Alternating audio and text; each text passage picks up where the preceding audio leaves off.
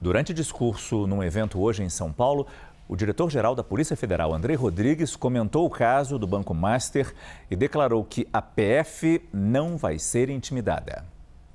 Afirmo e reafirmo a todos que nós vamos investigar e fazer o nosso trabalho até o fim.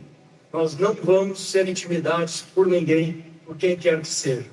A Polícia Federal tem sido vítima e que bom que temos a nossa imprensa constituída, a nossa imprensa formal, trabalhando com muita seriedade, mas infelizmente alguns procuram, muitas vezes em redes sociais, em outros canais, fazer ataques covardes e ataques inaceitáveis à nossa instituição. Nós vamos investigar a todos aqueles que tivermos que investigar, mas vamos sempre respeitar a Constituição, respeitar as leis e todo o devido processo legal.